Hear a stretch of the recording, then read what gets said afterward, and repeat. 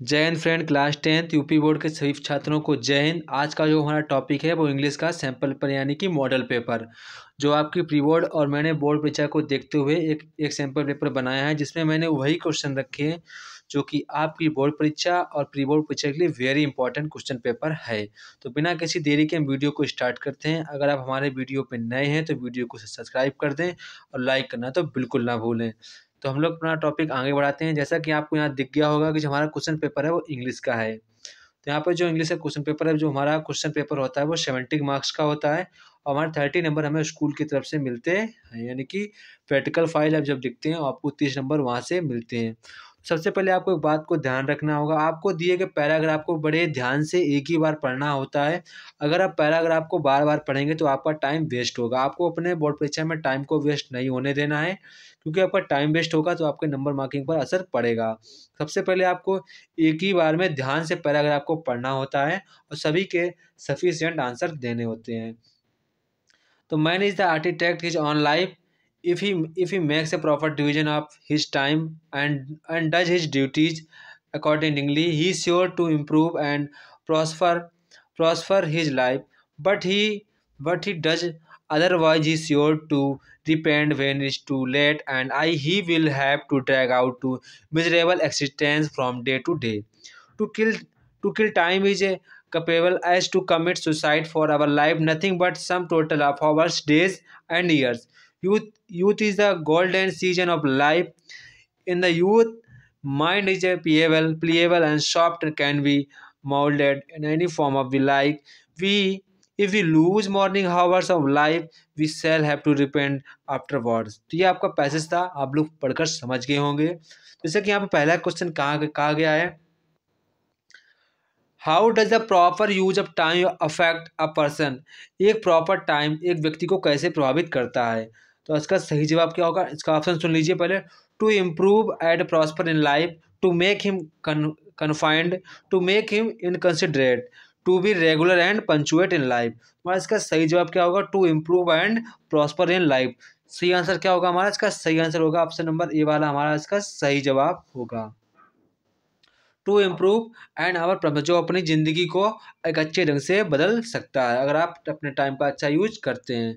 इसके बाद next question, यहाँ पे क्वेश्चन नंबर 2 है। यहाँ पे when will a person रिपेंड in life, when will a person रिपेंड in life. Option है when it is too late, when he becomes old, when he becomes pauper, when he does not use it।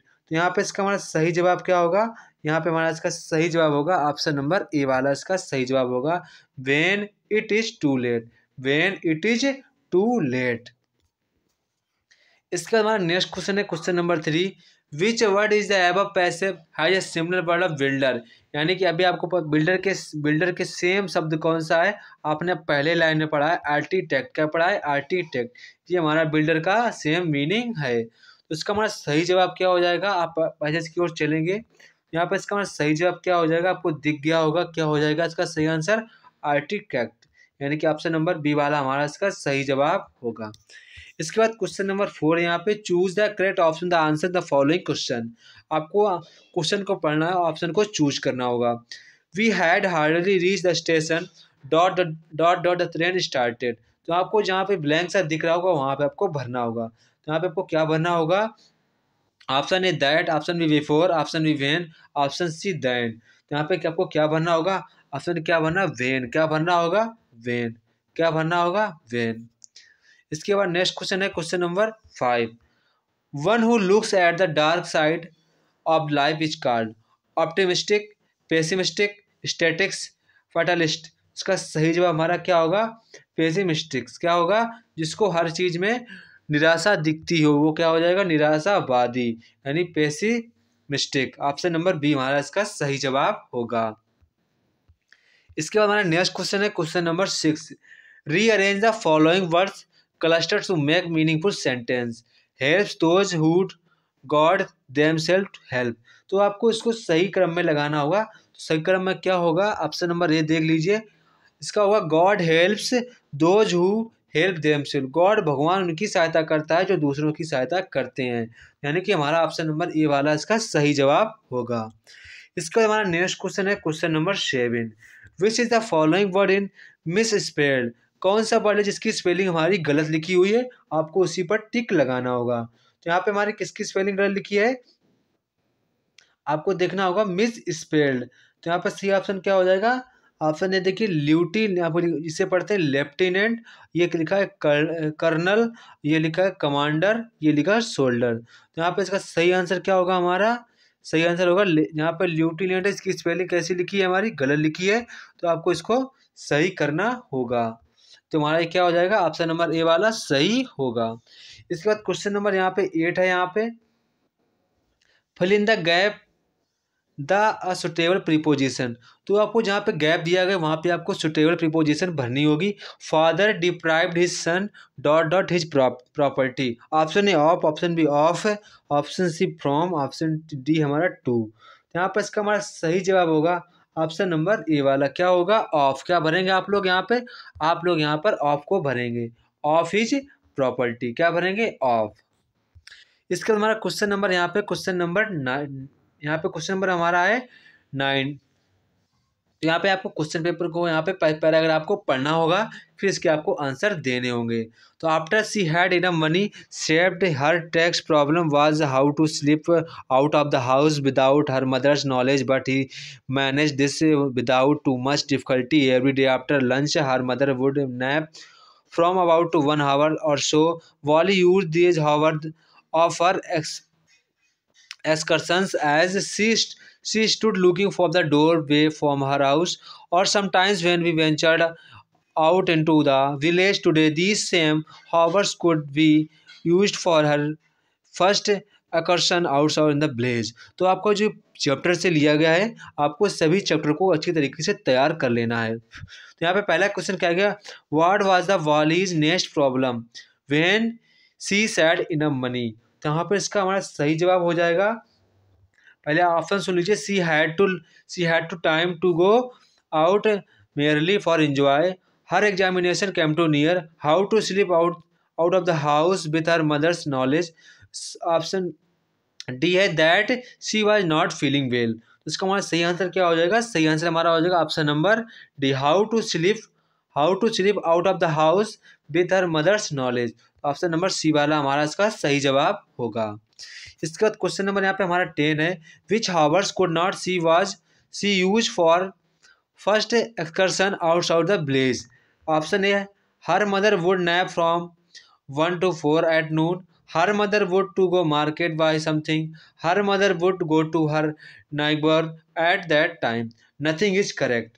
यहाँ पर जो हमारा इसका सही जवाब होगा वो हमारा सही जवाब होगा ऑप्शन नंबर ए वाला हमारा इसका सही जवाब होगा, हर mother would nap from 1 to 4 at noon। ये वाला हमारा इसका सही जवाब होगा। इसके बाद हमारा नेक्स्ट क्वेश्चन है क्वेश्चन नंबर 11। तो क्वेश्चन नंबर 11 में आपको 11 कह रहा है choose the correct option to answer, choose the correct option to answer the following question. Question number 11 कह रहा है like the lights and the lives of mortals flickers and. तो यहाँ पे जो क्वेश्चन नंबर 11 कह रहा है like the lights the lives of mortals flicker up and. तो यहाँ पे इसका हमारा सही जवाब होगा ऑप्शन नंबर डी, एक्सटिंग्विश। तो ऑप्शन नंबर डी वाला हमारा इसका सही जवाब होगा, ये आपको ध्यान रखना है। इसके बाद नेक्स्ट क्वेश्चन है question number 12। Valli devoured everything with her. Option A nose, option A हमारा माउथ है, ऑप्शन बी आईज है, option C ear, option number D nose है। तो यहाँ पर जो इसका सही जवाब होगा वो हमारा सही जवाब होगा आईज। क्या होगा आईज। क्या होगा आईज। यहाँ आप लोग क्या भरेंगे? आईज। इसके बाद हमारा नेक्स्ट क्वेश्चन है क्वेश्चन नंबर 13। तो क्वेश्चन नंबर 13 यहाँ पे कह रहा है the banker use to be there. Option A servant, option B enemy, option C master, option D companion और गाइड। तो यहाँ पर जो इसका सही जवाब होगा वो हमारा सही जवाब होगा ऑप्शन नंबर डी, कंपेनियन और गाइड। ऑप्शन नंबर डी वाला हमारा इसका सही जवाब होगा। इसके बाद नेक्स्ट क्वेश्चन है read the given extract and choose the correct option to the answer following question. Some say the world will in the fire, some say eyes from what I have tasted to desire, I hold with those who favor fire। तो option आप question number 14 कह रहा है who is the poet of the above line, जो ऊपर लाइनें दी गई उनके पोइट कौन से हैं, आपको पोइट का नाम लिखना होगा। तो यहाँ पे उसके पोइट कौन है, रॉबर्ट फ्रॉस्ट। कौन होंगे, रॉबर्ट फ्रॉस्ट। ये हमारा इसका सही जवाब होगा। इसके बाद हमारा नेक्स्ट क्वेश्चन है question number 15, what do you some other people say, what do you some other people say, दूसरे लोग क्या कहते हैं। ऑप्शन है the world will in fire, the world will end in ice, the world will never die, all the evils will die. यहाँ पर इसका जो सही जवाब होगा वो हमारा सही जवाब होगा option number B, the world will end in eyes. तो क्या होगा, ऑप्शन नंबर बी वाला हमारा इसका सही जवाब होगा। इसके बाद हमारा नेक्स्ट क्वेश्चन है क्वेश्चन नंबर यहाँ पे कह रहा है 16, choose the correct option to the answer following question. Question number 16, during treatment of the dog the doctor. तो यहाँ पे इसका सही जवाब होगा हमारा option number B, keep on eye on the dog giving him no food but plenty of water. तो यहाँ पर हमारा इसका ऑप्शन नंबर बी वाला सही जवाब होगा। इसके बाद question number 17, Anne's father was the most father she had ever seen. Option A powerful, option B praiseworthy, option D adorable, option D है लविंग। यहाँ पर इसका हमारा सही जवाब होगा अडोरेबल, यानी कि ऑप्शन नंबर सी वाला हमारा इसका सही जवाब है। इसके बाद हमारा क्वेश्चन नंबर 18 यहाँ पे है, Nelson Mandela was born. Nelson Mandela का जन्म कब हुआ था, ये वेरी इंपॉर्टेंट क्वेश्चन है, आपको इसको ध्यान रखना होगा। तो यहाँ पर जो हमारा इसका सही जवाब होगा वो हमारा 18 जुलाई 1918 को जन्म नेल्सन मंडेला का हुआ था। 18 जुलाई 1918 ईस्वी में नेल्सन मंडेला का जन्म हुआ था। इसके हमारा नेक्स्ट क्वेश्चन है question number 19, what did Lencho think of the post office employees. जो लेंचो था वो पोस्ट ऑफिस लोगों के बारे में क्या सोचता था। तो इसका आंसर आप लोग मुझे कमेंट बॉक्स में बताएंगे। क्वेश्चन नंबर 19 का आंसर आप लोग मुझे कमेंट बॉक्स में बताएंगे। ये वेरी इजी क्वेश्चन है, तो इसको आपको लगभग ध्यान रखना होगा। वेरी इजी क्वेश्चन है, आपको इसको बताना होगा इसका सही आंसर क्या होगा। इसके बाद हमारा नेक्स्ट क्वेश्चन है question number 20, during our childhood in Goa the baker used to be our friend dot dot night guide, playmate never care taker companion. तो यहाँ पर जो इसका सही जवाब होगा वो हमारा सही जवाब होगा कंपेनियन। क्या होगा, कंपेनियन, यानी कि ऑप्शन नंबर डी वाला हमारा इसका सही जवाब है। इसके बाद आप लोगों को यहाँ से पैराग्राफ स्टार्ट हो जाता है, जो आप लोगों को पैराग्राफ के आंसर देने होंगे। तो read the passage and answer the following question that follow. तो आपको जो पैराग्राफ दिया गया आपको इसको अच्छी तरीके से पढ़ना होगा, और ये भी ध्यान रखना कि हमारा पार्ट किस पार्ट से लिया गया है। तो आपको इस पैराग्राफ को अच्छे तरीके से रीड करना होगा। Marco polo was Indeed one of the greatest explorers of all times. It was he who first made a route across Asia to China and who first told Europeans about the coast at Peking. Marco Polo was the first European to describe Burma, Tibet and India and told about the customs and manners of the people. He talked the Christian living in Abyssinia in Africa and described the cold Antarctic countries of the White Bear, where the people rode the reindeers and dog sledges. It was as if a splendid new world had been opened before Europe, and Morocco's descriptions stripped men up to find out more about his outside world.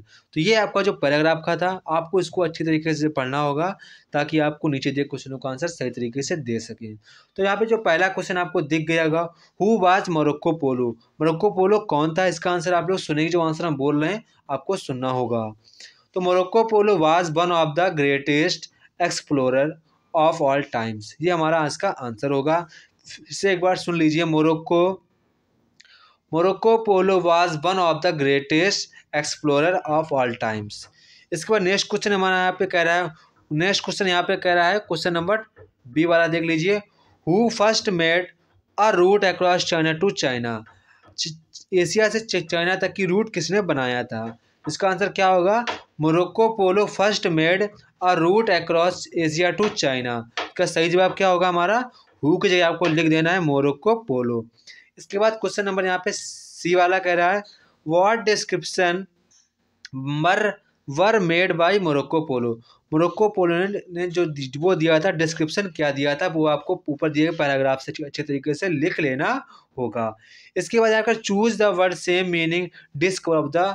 Discover का जो same meaning है वो आपको paragraph से choose कर लिखना होगा। तो क्या होगा? एक्सप्लोरर। क्या होगा? एक्सप्लोरर। यहाँ पे जो स्पेलिंग डिस्कवर की स्पेलिंग होती है वही हमारी एक्सप्लोरर की स्पेलिंग भी होती है, उसी का सेम मीनिंग होगा एक्सप्लोरर। तो ये हमारा इसका सही जवाब हो जाएगा। इसके बाद आपको यहाँ पर आपको राइटिंग करना है, यानी आपको वो लिखना होगा letter. Write a letter to friend consoling him at the death of his grandfather in road accident. इसके बाद इसी का और है, आप ये नहीं तो आप ये भी वाला कर सकते हैं। Write an application to the principal.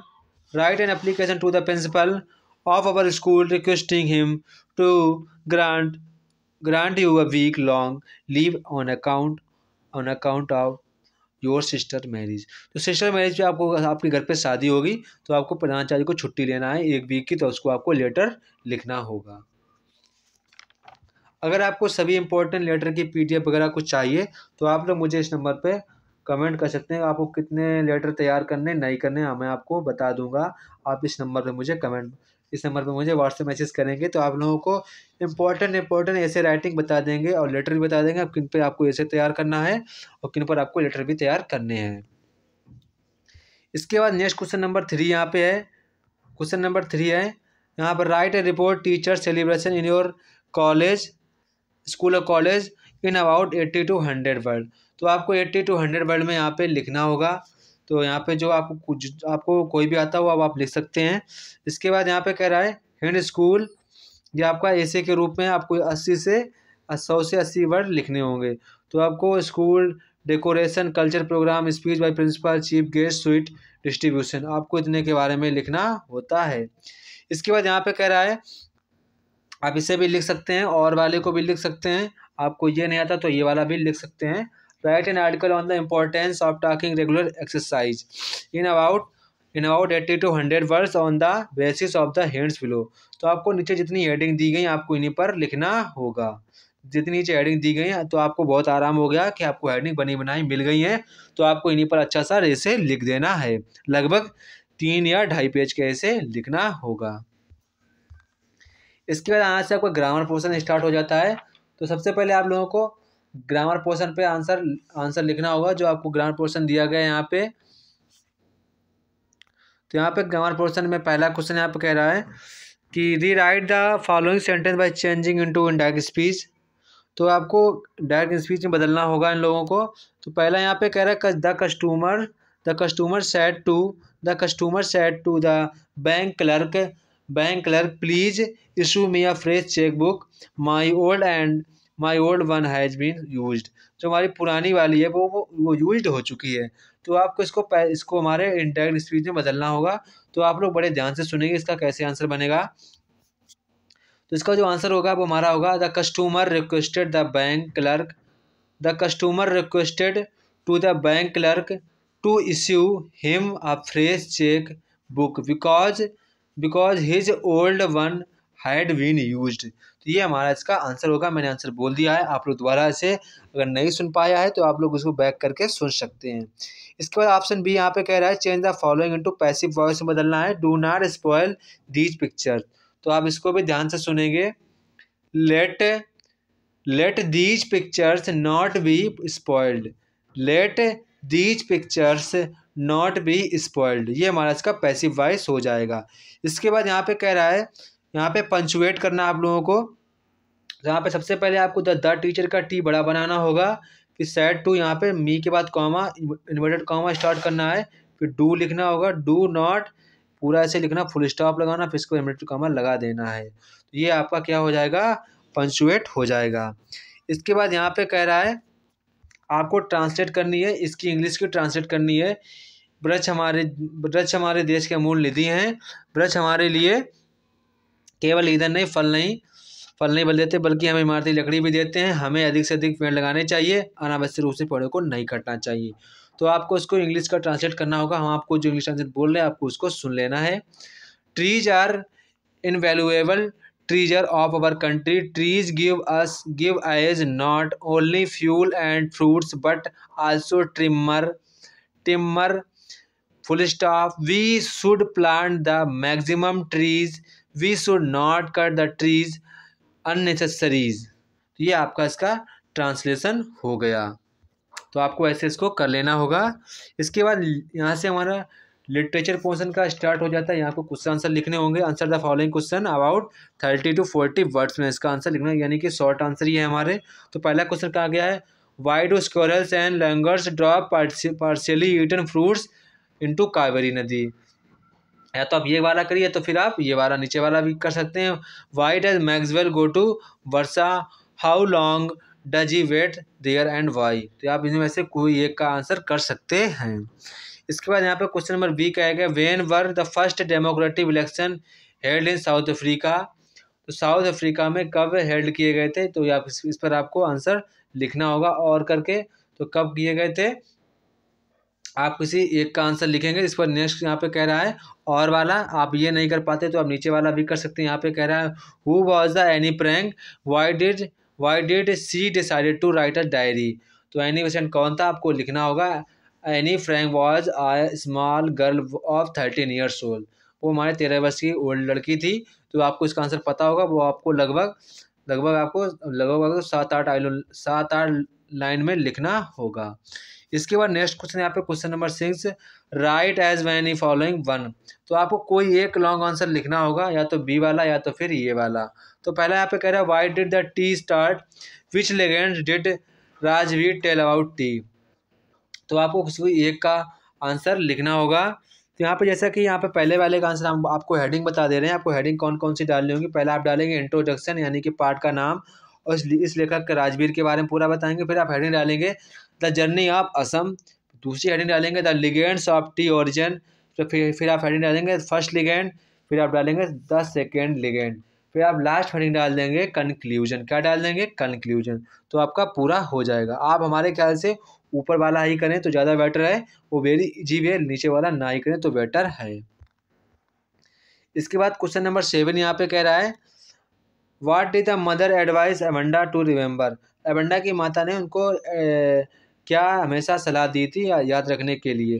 तो आप ये वाला करेंगे, या तो फिर आप नीचे वाला भी कर सकते हैं। Right 4 lines from any poem prescribed in syllabus. तो आपको जो पार्ट में जो आपकी पोएम है, आपको उन्हीं पोएम को 4 लाइनें लिख देनी होगी। तो आपको ये वाला करना है, तो फिर आप ये वाला भी कर सकते हैं। इसके बाद हमारा क्वेश्चन नंबर यहाँ पे 8 है। क्वेश्चन नंबर 8 यहाँ पे हमारा है। क्वेश्चन नंबर 8 यहाँ पे कह रहा है, right central area of the following. तो किसी एक का आपको सेंट्रल एरिया लिखना होगा। किसी एक पर फॉग पर लिख दीजिए, द ट्रीज पर लिख दीजिए, द एमेंडा पर लिख दीजिए। तो आप किसी एक पर ही लिखेंगे। तो अब आप हमारे ख्याल से एमेंडा पर लिख देंगे। तो एमेंडा में जो हमारा जो आप लोग सेंट्रल एरिया लिखेंगे, उसमें आपको 2 बातें बता रहे हैं इंपॉर्टेंट। वहाँ पे जो हमारी एमेंडा की जो हमारी छंद होगा, नहीं कि जिसको बोलते हैं वर्स, वो हमारी फ्री वर्स होगी। क्या होगी, फ्री वर्स होगी। क्या होगी, फ्री वर्स होगी। और जो हमारे फिगर होंगे वो हमारे मेटाफोर होंगे और सिमिली होंगे। क्या होंगे, मेटाफोर और सिमिली। तो आपको ये ध्यान रखना होगा, अच्छी तरीके से लिख देना है। इसके बाद हमारा क्वेश्चन नंबर यहाँ पे 9 क्वेश्चन कह रहा है, answer any one of the following about in 30 to 40 words. तो आपको 30 and 40 वर्ड्स में इसको आंसर लिखना होगा। What was the problem with tricky, how did the doctor treat him. तो आपको इसका आंसर लिखना होगा 30 से 40 वर्ड में लिखना होगा। किसी एक का ही लिखना होगा। When did the tehsildar come to police village. तो आपको उसका आंसर लिखना होगा 30 से 40 वर्ड में। फिर क्वेश्चन नंबर 10 है, right any one the following 60 word. आपको उसका नहीं लॉन्ग आंसर है, तो आपको लॉन्ग आंसर कोई एक क्वेश्चन का करना होगा। Which thing according to the historian shaped the world from the materian invasion. तो आपको किसी एक का आंसर लिखना होगा जो आपको अच्छा लगे। इसके बाद नेक्स्ट क्वेश्चन यहाँ पे, what would have happened if Mathilde had not the lost diamond necklace in minister's ball. तो आपको हमारे ख्याल से नीचे वाला कर लेना चाहिए। हम आपको इसकी हेडिंग बोल दे रहे हैं। आपको सबसे पहले हेडिंग डालनी होगी इंट्रोडक्शन। क्या डालनी होगी, इंट्रोडक्शन। फिर आपको डालनी होगी हेडिंग डालनी होगी, आप सही से सुनेंगे, द इन्विटेशन ऑफ बॉल, यानी कि बॉल पार्टी का इन्विटेशन आया। फिर आपको लिखनी होगी द रीनियस डिजायर टू मदीला। तो आपको लिखना होगा देयर हीरोइक एक्शन टू पे द डेब्ट। इसके बाद लास्ट हेडिंग आपको डालनी है कंक्लूजन। तो आपकी सातों हेडिंग पड़ जाएंगी, आपका एक अच्छा सा क्वेश्चन भी बन जाएगा। इसके बाद यहाँ पे एक क्वेश्चन नंबर, यहाँ पे सारे क्वेश्चन नंबर हो गए।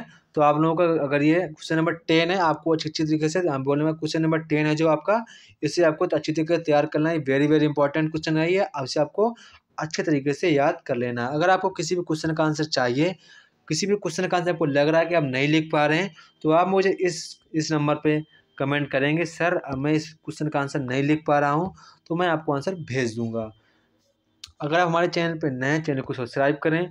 और सभी लोगों को वीडियो देखने के लिए बहुत बहुत धन्यवाद। अगर हमारे चैनल पर नए हैं, चैनल को सब्सक्राइब करें और सभी दोस्तों को शेयर भी करें, और लाइक करना तो बिल्कुल ना भूलें। और मैंने कमेंट बॉक्स में जिन जिन क्वेश्चन का आंसर कमेंट करने को कहा है, आप उनका आंसर जरूर कमेंट बॉक्स में कमेंट करा करें। तो लगता रहता है कि सारे बच्चे हमारे पढ़ रहे हैं। जय हिंद दोस्तों, फिर मिलते हैं अपने नेक्स्ट वीडियो में। तब तक कि आप सभी लोगों को जय हिंद।